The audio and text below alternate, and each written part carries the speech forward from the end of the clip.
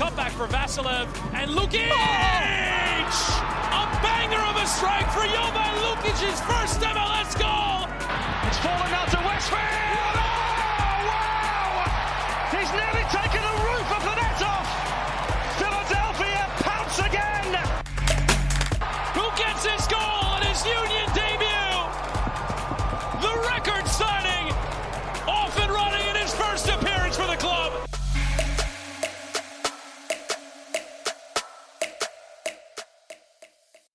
Hello and welcome to the Free Kick Podcast. My name is Todd, and yeah, I think this intro got so messed up. It is lagging pretty bad. So yeah, we'll have to go back in the RSS feed and fix this. I told Jose, and for people, I told you last episode, if you guys weren't listening to the podcast, that I would be on the road. You guys have listened to Jose and I do the podcast so many times, and you've come to expect whether Jose be in a Starbucks, be in a train station, be in an airport, or be in a different hotel. You know, you come to expect that from Jose a lot of the times. But I told you guys last time I'd be traveling down in Florida. And when we did a show like this, I don't know, 5 months ago, whatever it was, Jose, connection was perfect. And we're not off to a great start tonight at 9:05. So hopefully we can make it through the whole show with no more issues. Hopefully you guys can hear me fine. But we'll see how it goes. Jose, how you doing? I'm doing all right, man. Long weekend. Happy Mother's Day to everybody listening, everybody watching live. If you're a mother, whether it's a pet, I guess we'll drag in the pet parents into it too. Happy Mother's Day. But a nice quiet day. A rare time where I watch the game on replay than I do live. And my goodness. So much to talk about, and I know you're on the road, so I want to be mindful, and we should be mindful of you being on vacation. But this is very much a I don't know, tale of the season in a way, beating themselves, letting momentum completely kind of take them out of the game in a way. So so much to talk about in this game. Uh-oh. Todd Lewis has entered the studio. Now we got double Todd, and he's muted in one and not the other. What is going on? No, Todd's still muted for those that are audio only. Not really sure what's going on with Todd. He's working through some technical difficulties. Chat, if you're on YouTube, can you let us know if this is still live? I think now? Yeah, I can hear you now. Thank goodness. There you are. All right, Todd, let's go right into this to avoid many more technical difficulties.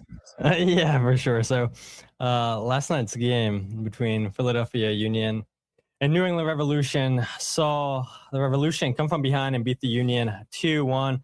Union opened the scoring in the 37th minute with an own goal from Will Sands. And at first it looked like, yeah, it was going to be a goal from Milan Alaski, which would have been his third goal of the season. But then it was quickly credited, rightfully so, to Will Sands for an own goal. Alaski got, I think, the slightest of touch, won the ball, and then it deflected off of Sands' foot and beat Matt Turner. And the Union actually go into the break, Jose, up 1-0. And it's not often that that's happened this season. We've seen the Union going into the half, but then we see the Union just miss a huge chance with Alado. And I would say really two huge chances in the second half from Alado. And then New England come and score with Langoni and Langoni. Sorry, I don't know why I said Linguini. In Disney, of course, thinking Disney. Langoni. And then you have Carlos Gil scoring in the game-winning goal in the 87th minute. But I think the biggest story, Jose, is not, the Union go into the half up 1-0. It's the injury to Frankie Westfield. I would say that's probably the biggest talking point of the first half and maybe overall the game. Bradley Cornell had told us after the game that Westfield, after the game, had went to the hospital for a hip injury, which is not ideal. And I would show the clip here, but for the sake of not losing internet connection, again, we're not going to share that. Look it up on Twitter. I know I posted it. I think Jose may have quote tweeted it. It's definitely out there on Twitter. But yeah, losing Frankie Westfield, seeing Olivier Bazo come on, Jose, for the first time this season in MLS, 12 games in, and Bazo finally makes an appearance off the bench and replaces Frankie Westfield. But my goodness, Jose, that injury to Frankie did not look good whatsoever. No, and shout out to the person who submitted the photo of Frankie being carted off, wheelchaired off, actually. Not anything you ever want to see from a player, period, let alone a player that young for the Union. So a little scary. I do recall the clip going around, obviously, of the injury.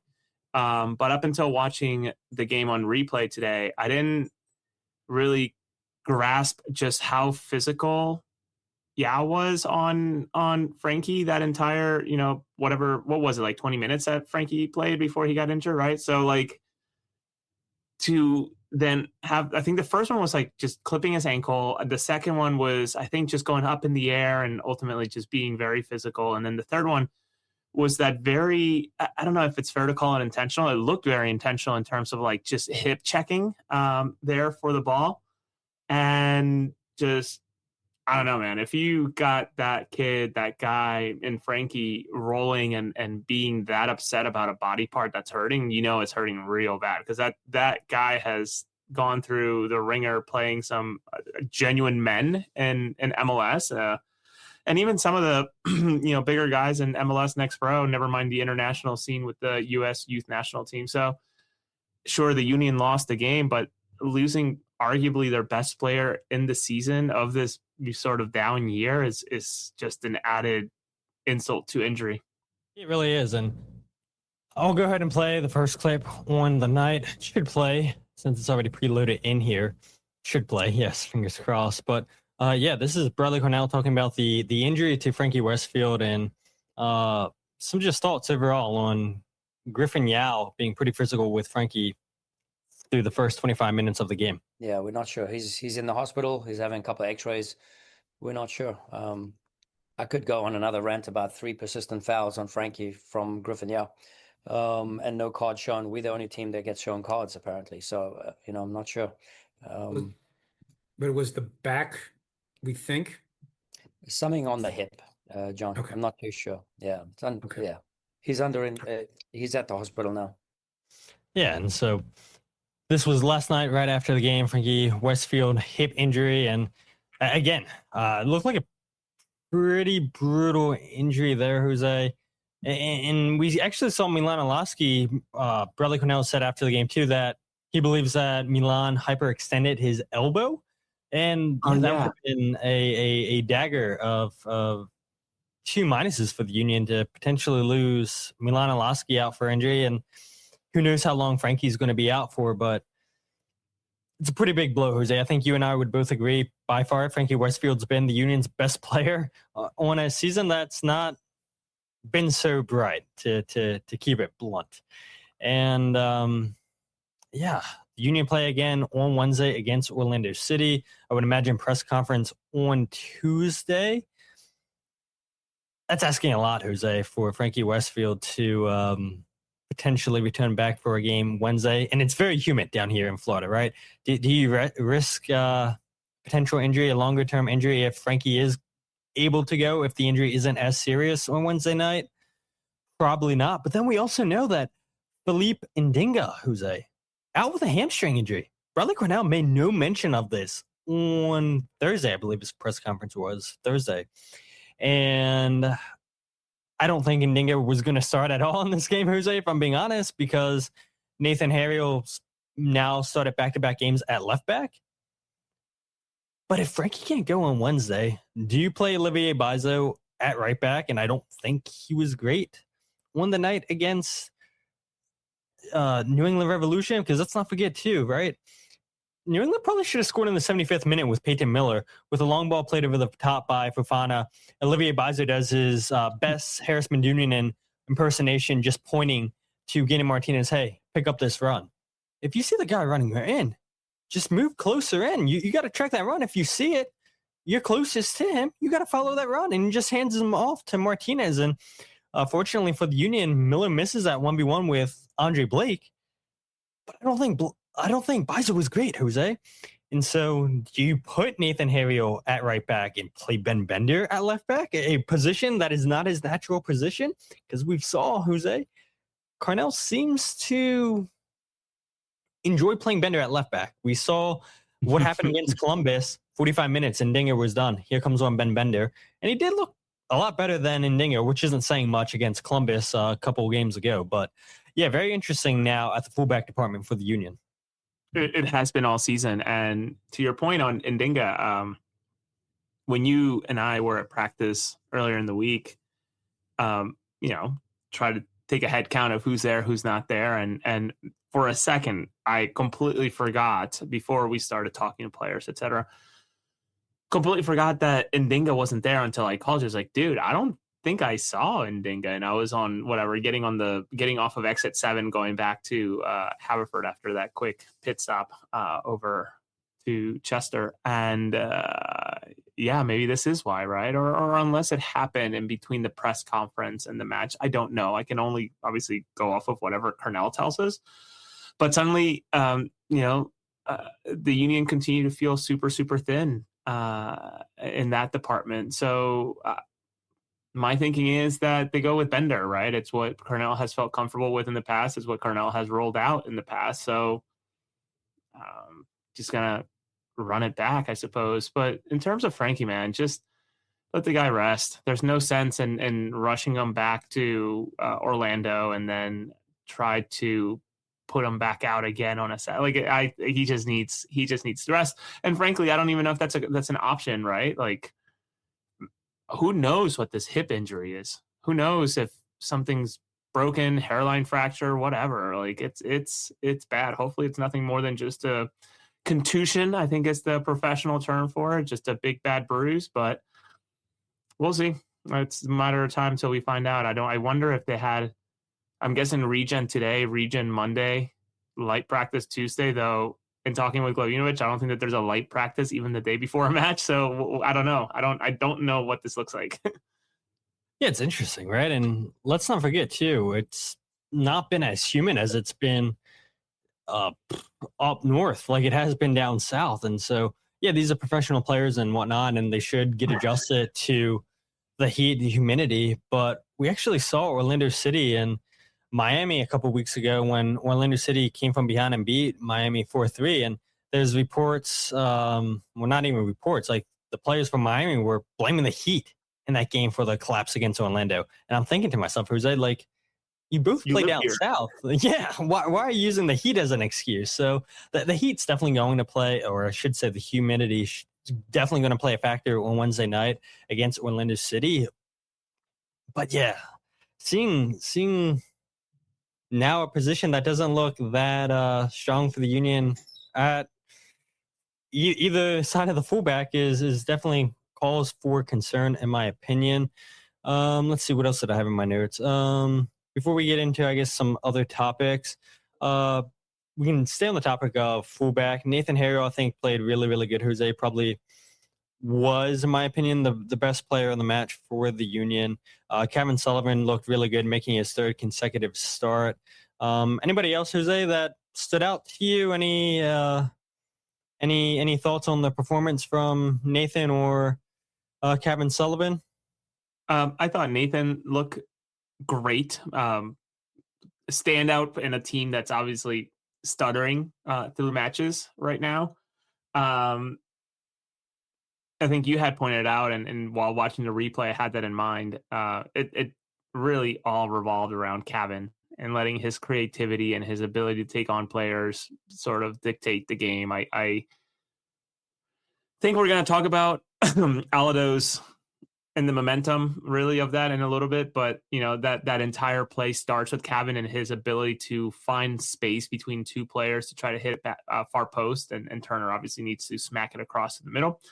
But I was actually continue to be, I don't know if impressed is the word, but I didn't see too much wrong with Martinez on back-to-back games. I think it was more of a all right, this is a dude that I can't remember messing up too much, if at all, that if you don't have to think about him too much as a center back, then that's probably a good thing, right? They did their job, whatever. So I was continuing to kind of be impressed with him. So G, I guess, is the nickname that they call him, right? I think we heard a couple of players call him G when we were at practice. So Yeah. but what I will say is I still am having a hard time seeing how creativity can even be considered a flow through Vasilev. Just a couple of times that he tried to take players on and it just did not work. Did not work at all. He may be an engine, may have like a second and third lung, and that's great. But I just don't know in this formation and this style of play how you get any creativity from him. So I guess it's Olaski and Cavan, and that's pretty much it. Yeah, I agree. And yeah, I agree. I saw the comment from Wolfie. He said, how was Gaynor? Yeah, I echo what you say. I think Gaynor had a good game, a solid game for a center back. Whenever you don't recall any plays where maybe he stood out for the wrong reasons, and I think that's a good game from a center back. And let's not forget, Jose, this was his first start this season in MLS. I know that he started in CONCACAF Champions Cup. And let's also not forget, too, one of those games that he started was against Club America, which is a big deal for a young defender playing in a new team, a new league. And I'm sure Martinez is used to the flair of playing in South America, playing against a team like Club America, playing in a competition that's going to be gritty, harsh challenges. But yeah, for a center back to come in here and play the way he did last week, coming off the bench for Jafet Siri, and then tasked with starting where he hasn't really appeared that much in MLS this season. Yeah, he's done well to hold down that spot, and it's not a bad thing for Bradley Cornell. We do know that Bradley said that it's a shoulder injury for Jafet Siri. We don't know how long he'll be out for, but again, it's not promising seeing him get injured against Columbus and then he injured the shoulder again against God, what am I blanking? God, who did the Union last play at home? Not good. Nashville, against Nashville. Yeah, thank you. I blanked out. I was like, who the hell did they just play? Yeah. Harry Larson, yeah. And then Jesus Bueno still out with that ankle injury. And man, for a team that's in last place, only one win this season through 12 games, and now the injuries are starting to build up for a team. I mean, what a terrible situation it is, honestly, Jose. But to your point about the attacking midfielders, I mean, you don't have a ton of creativity in that spot. Kevin Sullivan was lively. The Union, again, it seemed like wanting to go through Kevin on the left side of the field. There was a moment, too, in the first half, Jose, I don't know if you recall, where Alado does well, actually, to play a through ball, play Kevin in. Kevin does well to get into the penalty box. Instead of opting for the shot, he passes or opts for the cutback pass to Alado. And that's one of those chances there, Jose, where I think Kevin, he's got to shoot that. He's got to test Matt Turner. He's on his left foot. You got to test the goalkeeper in that situation. And look, I respect it, not wanting to be selfish, but in that moment, you got to be selfish. 100%. And watching it, I thought to myself, did Kevin Sullivan just do that? Of all players who, you know, he's built this persona and this aura about him. The expectations are so high. There's so much talk and hype about the player that I would have thought that he would have had that instinct to just want to take the shot. And for the life of me, I can and can't, right? Understand why he would pass it, but passed it to a player that was in between two other ones. It made no sense. Worst scenario, he does what he did in the second half, takes a shot far post and they get slapped in the middle, and that's, you know, where Alado is or somebody else crashing the box. Unfortunately, he tries to find the pass, and I'm as happy as the next person to assist than score. I love that. I think it's awesome. But man, when the team like the Union is in the run that they're in, just put the ball in the fucking net, you know, like, just, sorry, I know you don't have headphones on, but just shoot it, dude. Just shoot. Even if it's roofing it, just roof it against Matt Turner with your left foot. You're talented enough. I frankly couldn't understand it. And I think, you know, I didn't get a chance to watch Cornell's press conference completely after the match, but if he was asked about it, I'm guessing he's going to say that it's, you know, a moment of growing and learning how to, being a professional, a young professional, et cetera, et cetera, et cetera. But like, dang, I was so shocked, unbelievably shocked that he didn't take that shot. Yeah. So you mentioned Cornell's press conference, and it was only about 5 minutes. José didn't miss much, honestly. Okay. But there is the longest clip of the night. It's Cornell's opening statement, just talking about Tori Penso, the referee. I know I saw a question or a comment in the comments here in a little bit. We'll bring up that comment. I saw it. I think it leads to a good discussion because I saw a comment on Reddit, and I tried to look it up for myself to verify the stat, and I couldn't find any websites that went back as far as this person's stat that they indicated, but we'll bring that up here in a bit. But yeah, this is Bradley Cornell, just his overall assessment of the game last night against New England.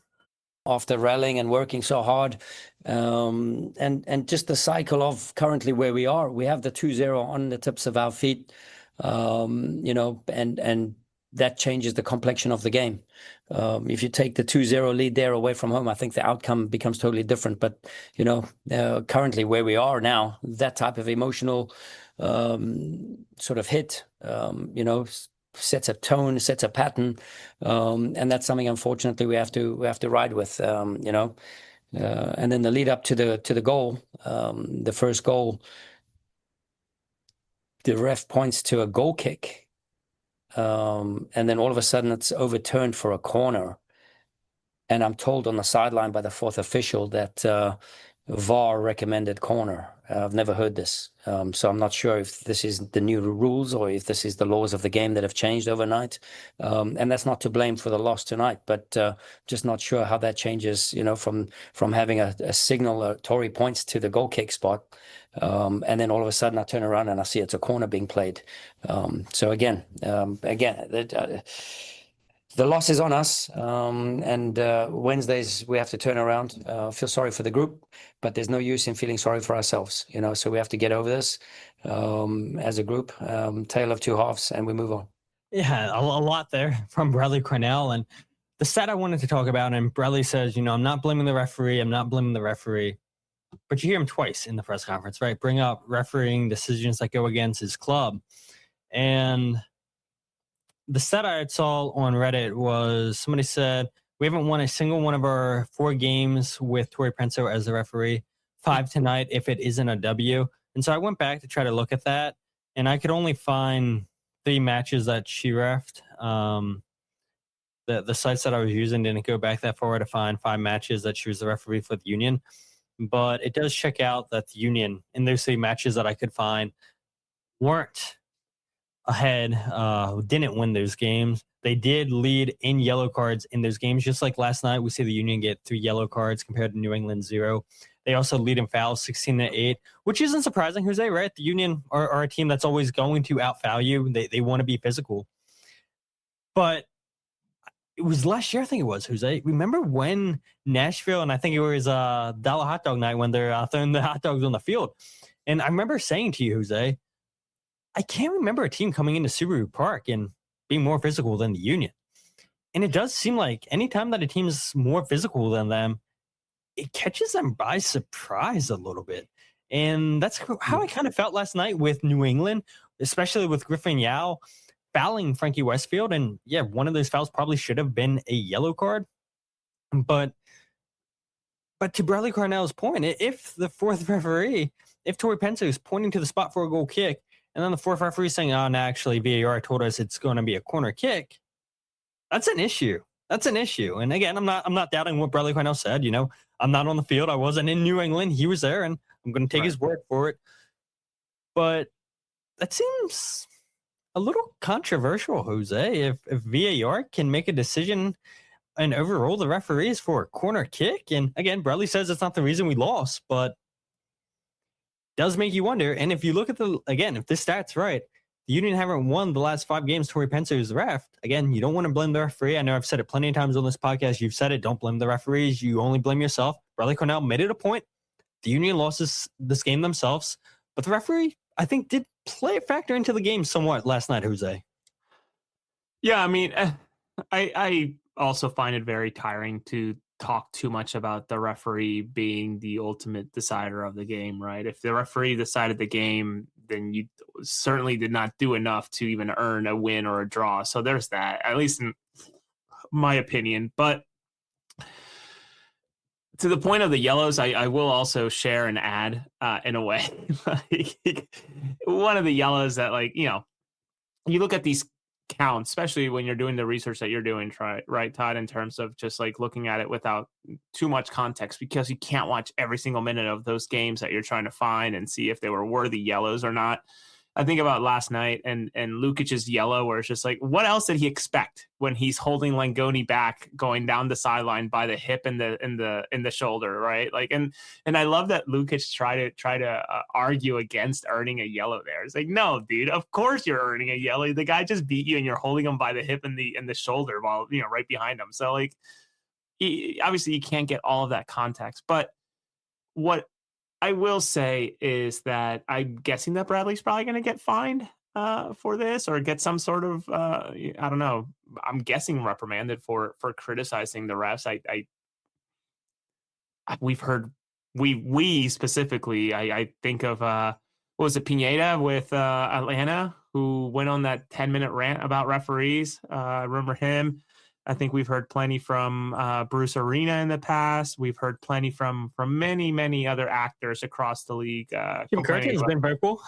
Yeah, Jim Curtin was, you know, what's clear and obvious, right? And sure, like the 2.5 Men comment that always comes back creeping into my head.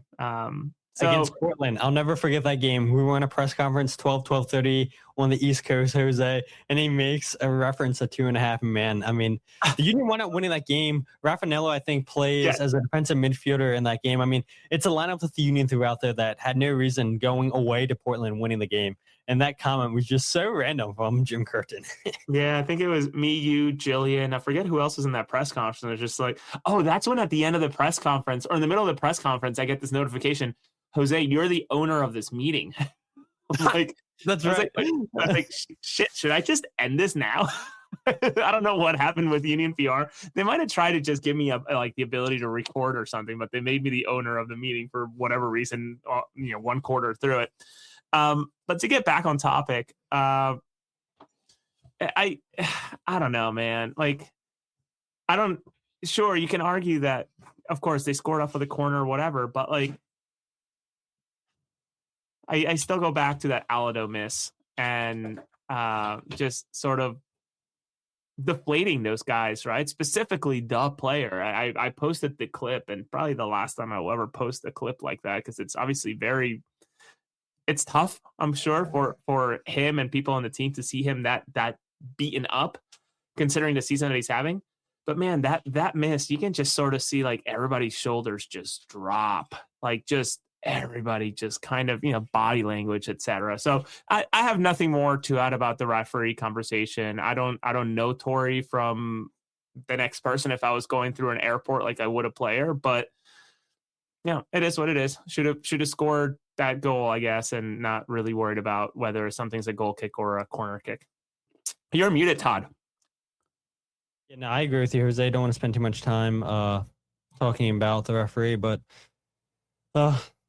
something that I had sent to you guys this morning, and I don't know, I'm proud of myself. You know, I had said to a friend, I was like, man, I hate comparing myself to other people, and we all do it, right? It's human and everything. I'm like, man, I got to be more active on Twitter, making tweets and everything, and I'm proud of myself for being more active than I normally am during games. And yeah, it's not easy, right? Trying to post clips and run essentially 2 Twitter accounts and everything. So it's like on game days, I'm usually just on Free Kick Pod posting goal clips. But last night, Jose, and even today, I mean, I get it. I totally understand it. There's people listening to the podcast now that are probably still upset with how last night went, how the season overall has went. And for me, you know, I like data and analytics today. I don't think that's a shock to anybody on the podcast. And yeah, maybe that's toned down over the years on the podcast with all the data and stats and whatnot that I used to give on the show, which is maybe a good thing. Maybe it's a bad thing. I don't know. But I was like, I'm curious, Jose, because I really don't think the Union are as bad as the standings say. I get you are what your record says you are. But watching every single game that I've watched this season, you watch all the games too, Jose. The Union, in my opinion, are a little bit unfortunate to only have one win. There's so many games I can point out to you, Jose, where I'm like, oh, they made a mistake in this game. They made a mistake in this game. You correct that, you finish your chances, and maybe you're right back into it. So prior to the New England game, Philadelphia Union, they had an XG of 14.2 and an XG against 14.7. And so the Union, for people who don't understand what XG is, the Union should have 14 goals, and they should have only conceded, we'll round it up to 15. But the actual stats say, Jose, that they only had 9 games coming in against New England, 9 goals scored, and 17 goals conceded against. And so the Union should theoretically have more goals scored and less goals conceded. And I'm like, okay, the data is finally catching up to what I'm seeing on the eye test. The Columbus game we can pick out real quick, right? It's the deflection by Philippe Ndinga that allows the Arfsing goal 3 minutes into the game. That's a correctable mistake right there, Jose. The missed opportunities, and we'll talk about the Alado chances here in a bit. Those are chances, and I know they're not included in these stats yet, but that starts to add up. Think about all the chances that Damiani's had, Jose, and he's not been able to finish those chances up. Everybody loves to get on Damiani. Oh, he's not a good striker. He doesn't get himself in good positions. He can't finish. And you're right. He has 0 goals, right? But his XG's up there a little over 2. He should have 2 goals on the season. I get it, right? The fact is he doesn't. And people are going to say, well, the fact is the data doesn't matter. You are what you say you are. Your record says what you are. But the Union, in my opinion, are a little unfortunate, Jose. They really are a little bit unfortunate. When you look at the stats by Opta, they say the Union should have 14 points on the season. I get it, right? They have 6 points. But if you take what the stats are saying, if you take what the data is saying, the Union would be in 10th place in the Eastern Conference. I get it, right? That's out of a playoff spot. But then the next 2 teams that they would be chasing, they would be a point behind, or Toronto and DC United. And so if the Union have the expected points that they're supposed to have, the expected goals for, the expected goals against, then I think maybe we're having a different conversation. And so it's not all the time that the data and the eye test catches up with each other, but there's been multiple times, Jose, where you can see like, hey, look, the Union are a little bit unfortunate in that situation. And yeah, maybe the first 6-7 games of the season where the Union aren't creating a ton of chances, that's not been the case here the last 5-6 games, Jose. They're creating chances. They're just not finishing their chances now. Yeah, and I struggle with this because I appreciate data as I think as much as the next person to an extent. But when we start talking about XG and XA and all these other, I mean, gosh, it feels like soccer is becoming baseball in a way, right? In terms of like all the random stats that agents try to justify for a $300 million contract of WAR and on base this, on base that, and it's like, well, is he actually hitting or is he not? Like that's ultimately what it comes down to, at least for me. But I do appreciate that you bring this up and that you did the legwork to find it, because I think I tend to agree to an extent of, yeah, the Union do seem like they should be, and of course on paper is one thing, but playing it is another, is they should be better than they are. But the mistakes that they're making, and again, to encapsulate perfectly, is that Ndinga mistake where 3 minutes in or however many minutes in, he goes on to make 3 minutes. Yeah, 3 minutes in, he goes and makes this pretty elementary mistake of just completely missing the ball. So ultimately, I guess what I'm getting at is that the Union have been beating themselves. Yeah. I would say that this New England game, I don't know where you mentally you categorize or square away the Alado miss or the block, I guess. Let's give credit to the New England player. Whether You that's gotta finish that. You gotta finish it. You gotta finish it. You gotta finish that. All right, so you're categorizing it as they beat themselves by not scoring that, and I agree with you. I can also see how other people would say no, like the New England player did what he was supposed to and blocked the shot. So I do think that especially in this league, there's still enough time for the Union to turn this around and make the playoffs in some way, shape, or form. But it's gonna take, I don't know, it's gonna take something very radical, I think, to kind of shake this group up, because if they go into the break, and we talked about this, right? What do you genuinely think that the Union are gonna get in these last 4 games? 3 games, right? 9 points at best, and that includes a game against Miami, that includes a game against Orlando at Orlando, and it includes a game against Columbus at home, right? I am hard pressed to see that team get more than 4 points in that stretch. I am very hard pressed. So I said 4 points when you asked it last week, Jose. Did I say 0? I can't remember. No, I think you said 6. I said 6. All right. No, I don't know. I'll have to rewatch, or somebody tell me. I maybe I'm thinking more pessimistically now. I'm hard pressed to see this team get more than 1 draw out of this thing. So I don't know, man. I can't imagine. And I think we saw this question. Where is it? Say they go into this World Cup break without winning a game out of these last 4. Does Bradley Cornell have a job? I don't know. It's tough. It's a tough conversation to have. He's been extremely kind to you, to myself in the past, and currently, for sure. He's sure doesn't. I think the picture that gets painted about the guy on press conference is a little tough. Whatever. Been incredibly kind again to me and to you and to others in our group.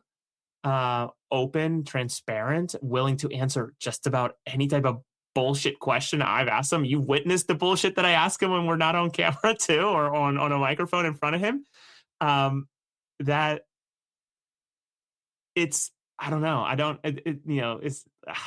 I hate to do the comparison, but like, do the Union need a new manager shakeup to get this done? Should they lose the next 3? Now, if they win the next 3 into the World Cup break, I don't even think it's a question that you're talking about Bradley Cornell losing his job, but I do wonder if there's more, I don't know, if there's an itch about it. Should they lose all, I guess, the last 4 on the bounce leading into the World Cup break? Very, very interesting scenario. You're muted, Todd. The last couple games, Jose, the boos at Subaru Park keep getting louder and louder and louder every time that Bradley Cornell's name is mentioned. I've said it so many times on this podcast, Jose. I find it so hard to believe that Jay Sugarman would be willing to pay 3 coaches. You're still paying Jim Curtin through the end of the season. You would have to pay Bradley Cornell through the end of the season. And then if you bring in an interim coach, you're going to have to pay them through the end of the season. Now, I guess the easiest thing would be is promote Ryan Richter. I'm sure Ryan Richter would take that job. I don't think he would say no. You're paying him with Union too.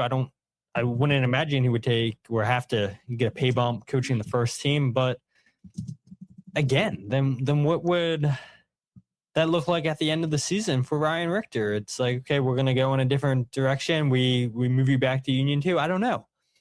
But here's the thing too. I think maybe fans are forgetting. We honestly don't know what the future holds with Ernst Tanner, right? We know through June he's suspended through. He has to go through classes, if I'm not mistaken, before he can be brought back into the league. Would the interim technical director, sporting director, John Shear, make the call before June and say, yeah, Bradley Cornell's out, when we don't know exactly what the future looks like for Ernst Tanner? Ernst Tanner, I know, released a statement saying that he plans on coming back to the Philadelphia Union. But,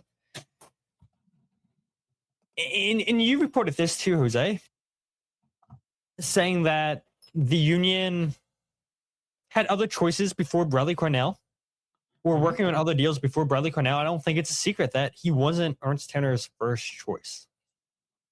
But I don't think anything gets done until the future of Ernst Tanner gets worked out. Because if Ernst Tanner isn't back, if it is John Shear, if it is another sporting director, they're going to want to bring in their guy. And how many times have we talked on this podcast how surprising it was that Ernst Tanner was willing to work with Jim Curtin, keep Jim Curtin as the head coach, and not bring in his own guy from the get-go. Credit to them for making it work for as long as they did, winning the first Supporter Shield, winning the first playoff game against New York Red Bulls, being hot in the playoffs, and just being a fun team overall. I know 2024 wasn't great for the Union under Jim Curtin, but overall, I mean, it was a successful tenure for Jim Curtin and Ernst Tanner. So I think the bigger question is, what happens with Ernst Tanner? Once you figure out that future, and again, I get it. He says he plans on coming back in June. But once you have that future completely settled, knowing what it looks like for Ernst Tanner, then I think you decide what you do with the head coach. And I saw Wolfie makes a comment here saying, comparing him to Curtin's 2024 season, they said they would have fired him sooner, so I don't believe it's out of possibility. That was a quote from Ernst Tanner saying that he would have fired Jim Curtin sooner if, let's not forget, Wolfie, he did say if we were in Europe. We know there is no promotion relegation. It seems like the whole league makes playoffs. So who knows if that's exactly true. We're not in Europe. We're in MLS where half the league makes it. Union 8 points, I believe, out of a playoff spot. Anything's possible. But you've got to get points right here, Jose. You've got to get points against Orlando City. You got to get points. You got to get 3 points, in my opinion, against Columbus. And then whatever happens against Miami happens. But anybody that's questioning, okay, what's happening with Bradley Cornell, you got to decide what's happening with Ernst Tanner before you decide what's going to happen with the head coach. Yeah, I don't disagree, but World Cup break happens and the Union don't come back till what, June something? At the point, whatever it is, right? Something. Yeah, so I don't know, man. I've been saying this and probably annoying people, but I don't mean to be flippant with people's jobs and wish anybody gets fired, etc. But oh man, 0 points from 4 on the bounce with the start that they've had going into the World Cup break. I don't know. It's a tough sell to one to keep a guy. I just saw out of the corner of my eye, Jack McGlynn. What a goal he just scored against the LAFC. An unbelievable banger. So good for him. Jack is back after that injury. Oh my God. Hold on, you're muted. Sexy Hoagie says Wayne Rooney, and then Mark Anthony says Jurgen Klopp. Wayne Rooney's busy making Instagram clips with UK, whatever you call them, social media people, just doing these random free kick tutorials with random bums from UK social media. So he's busy apparently. Yeah, I don't know. I mean, if it's not Richter, if you do move on from Cornell, I have no clue who you go after.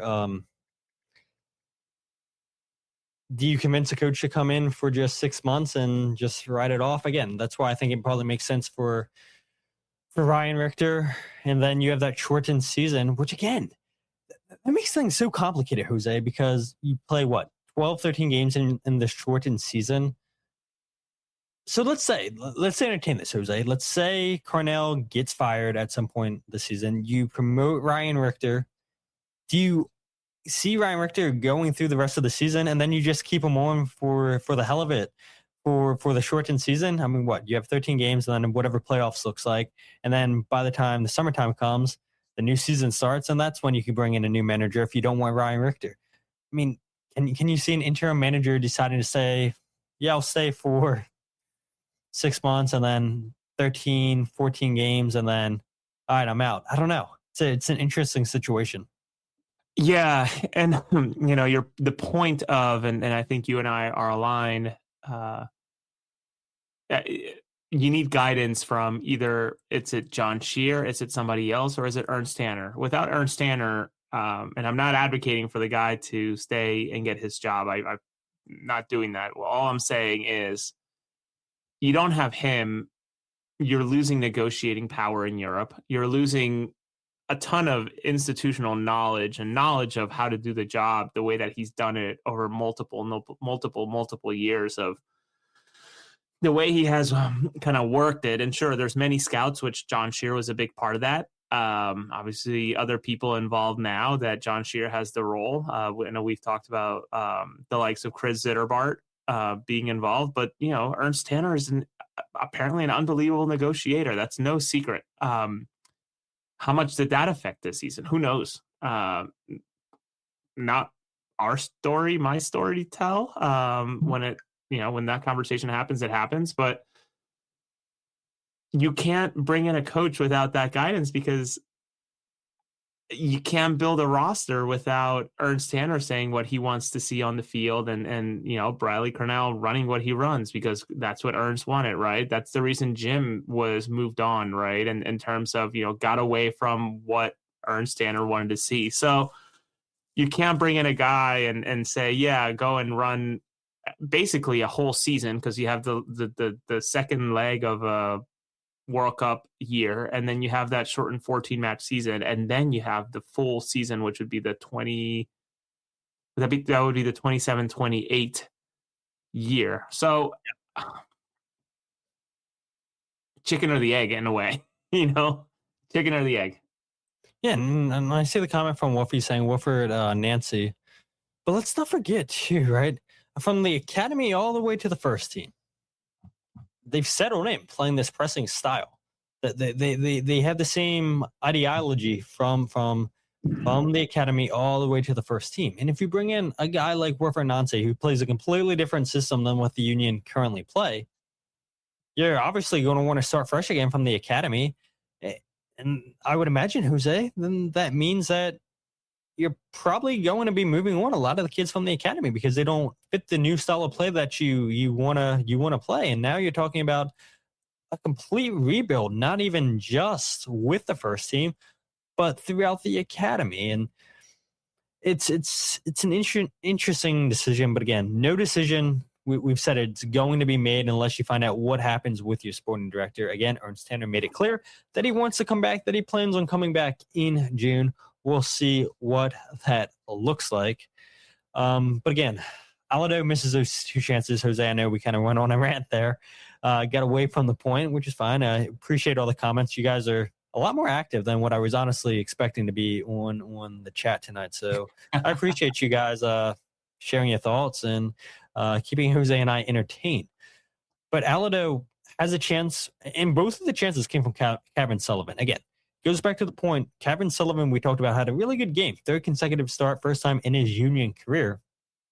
But Alado has a chance in the 57th minute and completely blasts that over the bar.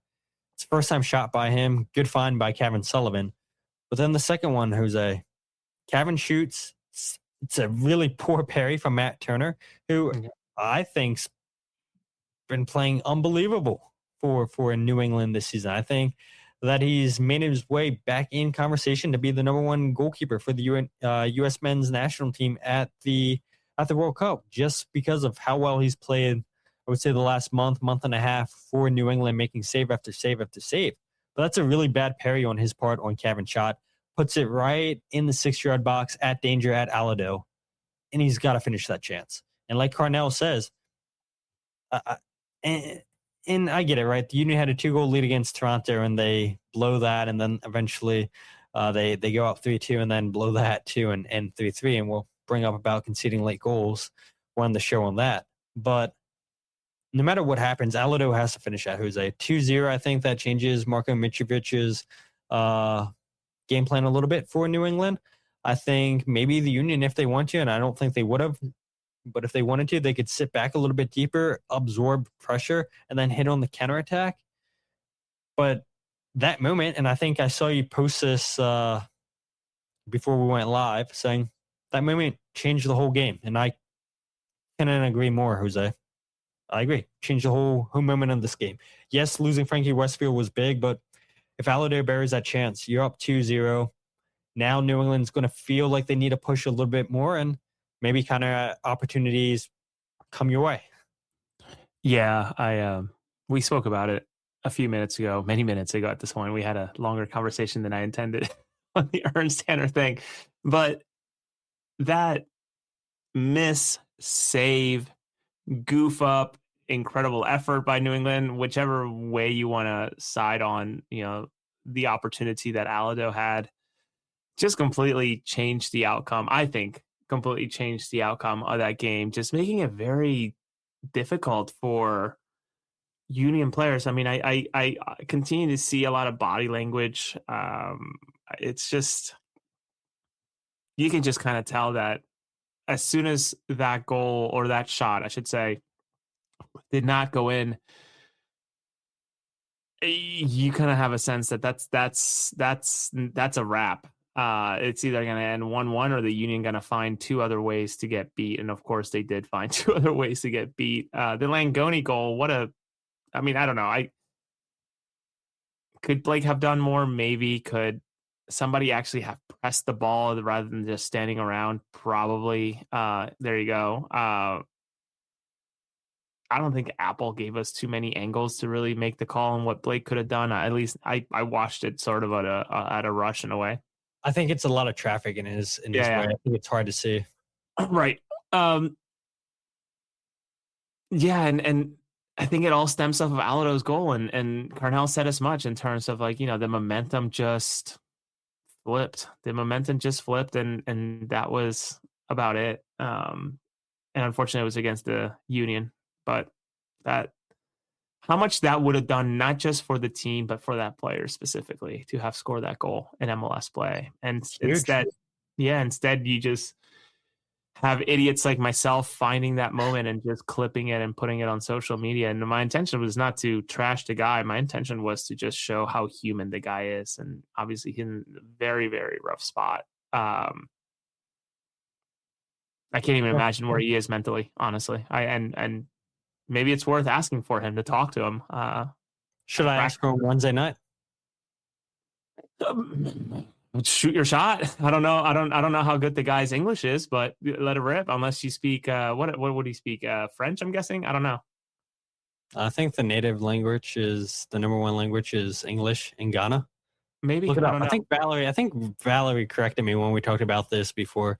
But yeah, I mean, assuming I get credentialed for Orlando, yeah, I can ask for Alado. We were actually supposed to talk to him after the game against Nashville, but he was taking way too long with his shower.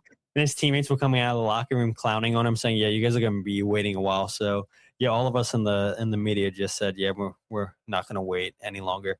We waited long enough for players to come out, and we're like, "Yeah, we'll get them next time." So yeah, maybe Wednesday after Orlando. Yeah, there is. I mean, I didn't expect us to be at 53 minutes again. So many comments from you guys. So many. It was great interaction. Of you guys interacting with us, and we really appreciate it. And I want to get to all these comments. Before I go to the last clip that I want to play, there was a comment here early in the show. Jose said, with all the stats and whatnot that I mentioned, with these missing goals from the XGAs, could one argue that the rest of the teams are playing much better than last season, made better transfers and such? And that's 100% what's happening. I think, we had conversations at practice, and that the data would show that teams are playing better, at least running better than they were, harder, better than they were last season. And so I think, 100% teams made better transfers. I think maybe better coaching in MLS now, for sure, better players in the league. I think the league just continues to improve year upon year. And so I think that's also why Union fans say that they want to see a little bit higher spend. They do go out this season and spend close to $10 million, the most ever in a single window. But yeah, the league 100% is getting better, in my opinion, Jose. But the last thing, unless you want to say something, good. All I want to say about that, to also consider, yes, you could make the argument that the league has gotten better. But I think you can also make the argument that did the Union do enough to change their style of play, to not be found out, to not have a textbook written about the way that they play. I think that's one of the things that's often forgotten, right? Is the play radically different, or does it have to be radically different? I think you could look at the stats and say, maybe they should have done things a little bit more different than copy and paste, but it's hard to argue with the copy and paste argument considering how well it worked the year before. So I don't know. You could mix the two and probably come up with a decent argument for either side. Yeah, absolutely. And of course, like once the book's out on you, people are going to study the game film and all that and see how you play. And they're going to come up with a game plan how to beat you. And then it's up to the coaching staff and the players to, like you said, Jose, maybe put a different wrinkle here and there and change things up. But the Union, they concede yet again another late goal, either for an equalizer or in this case, for the lead for the opposition. It's happened 4 times now, Jose, this season. Is it too much to call it a trend? I don't know. I mean, it doesn't happen often, but it has happened 4 times now this season, Jose. New York City was the first with Tavon Gray in the 8th minute of stoppage time to see the Union lose 2-1. You had Ben Bender playing left back in this game, allows Gray to go goal side of him on the Aheda cross. And again, there's a correctable moment, in my opinion. You maybe play a player that plays in that position. Maybe he doesn't allow him to get goal side of him. Union miss a tackle in the midfield. Siri unaware of Wilfred Zaha on his back against Charlotte. Union conceded in the 80th minute, go on to lose that game 2-1. Toronto, 90+6, 3-3 draw. We know what happens with Luka Gavron, the goalkeeper for Toronto. Union turned the ball over in midfield. And it leads to a foul in their own half, and then Alado can't jump up and put a challenge on Gavron. Insane that you still, I mean, if that doesn't sum up the Union season so far, I don't know what does. And then the Alado miss. Yeah, maybe. I saw a comment tonight. Somebody said that pretty much sums up the season. And I don't want to like bash on the guy, but man, 2 harsh moments for him this season and so close to each other. Toronto and now New England. And then you can see in the 87th minute to Carlos Heel, you lose the ball in the midfield. Martinez has to step for the ball because your defensive midfielders are nowhere to be found. That then causes you to lose your defensive shape. And Carlos Heel beats Andre Blake at his near post. But man, it's difficult, Jose. And we talked about it. The Union beating themselves. And I'll be the first to admit it. Like if the Union get beat by a good play, a good goal, hey, fair play to the opposition. But there are so many times I can point out to you, and I know you could do the same, Jose, and say, nope, Union beat themselves. I just gave you guys 4 moments of the Union equalizing. The Union beat themselves. It's very correctable. You look at the film and everything. You go on the training ground and you fix these mistakes. You point these mistakes out. Now you got to apply it in the game. Are the Union applying them to the game? That's for you guys to decide. But Bradley Cornell, and this will be the last clip we play, and then we'll wrap the show here soon. But Bradley Cornell was asked about how he was feeling, what was going through his mind about the Union conceding yet again another late goal. Yeah, it's disappointing, and I thought it's disappointing from the fact that we had a really good first half where just from the physicality, the duels and the tension of the game, we had control of the game in many ways.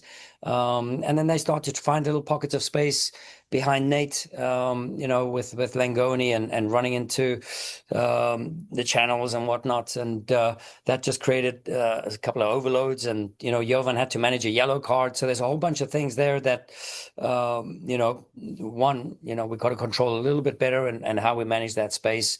2, can we get fresh legs on? Because, we saw that the 10s ran out of gas. We saw that the 9s were struggling. Milan was struggling with an elbow issue. I think he hyperextended on his elbow a little bit. But, trying to get fresh legs on there and trying to get similar moments that Kevin had in the first half with Augustine and Elo rolling out on the other side. So, it didn't work for us in the second half. No, it did not, Jose. But yeah, conceding, like I said, yet again, another late goal. And it's just mistakes. Union beating themselves, Jose. So disappointing. Yeah, and it's very much a tale of the season, right? Ndinga's mistake and just giving up leads. I think I sent you a chart. I didn't get to validate the data, though. I think if I was to use the eye test, like the Union have only led 57 minutes all season. One of the worst stats across MLS. Just tough tough all around. And it's just some of these key moments where they just hang their head or just lose track of X, Y, or Z. And I know we've joked about Jim Curtin's, line of thin margin or razor thin. What was it? Was it razor thin margins? I can't remember razor thin. Yeah. And you're seeing it more than ever, where the Union are just having these things, these moments where they just, they one mistake and that's it. They get punished, and they're not built to come from behind and score. They're built to take a lead and hopefully hang on to it. Obviously, they didn't against New England. I don't know, man. I'm running out of words for how unfortunate, but they also write their own luck, and they haven't been good at it this year too. So it's been an interesting year altogether. I like the chaos. Don't get me wrong. I enjoy chaos more than most people probably, but just this is a lot. All right, because I see Hoagie going crazy in the chat. She says, why was Tori Pencer allowed to referee Union game if she was mentioned in the Ernst Tanner investigation? It's a fair point. I have no clue. Does she have her? Does Hoagie have her ref license? She should apply to pro. Hey, I mean, she's a Union fan. She wouldn't be able to referee Union games then. Apparently, it doesn't stop Tori Pencer from refing games. Yeah. This is true, but no, I have no clue why she was allowed to referee the game. It probably is a fair question to ask. Again, nobody in the organization wants to talk about this Ernst Tanner investigation, so I don't think you would get anybody to go on record, and I don't even know if anybody would talk off record about the investigation. They, to their credit, people are keeping their lips sealed, and I get it, right? A lot going on, but it is an interesting point, Hoagie. If she was mentioned, and she was mentioned in that report, why is she allowed to referee Philadelphia Union games? I don't know. It's a good question. Again, I don't know if we would get an actual comment. I don't think anybody would go on record for something that's as sensitive as that investigation. But yeah, it's pretty much all I have. Jose was not expecting us to go an hour plus some change. Look, credit to, I turned off the Wi-Fi and I'm running off of a hotspot.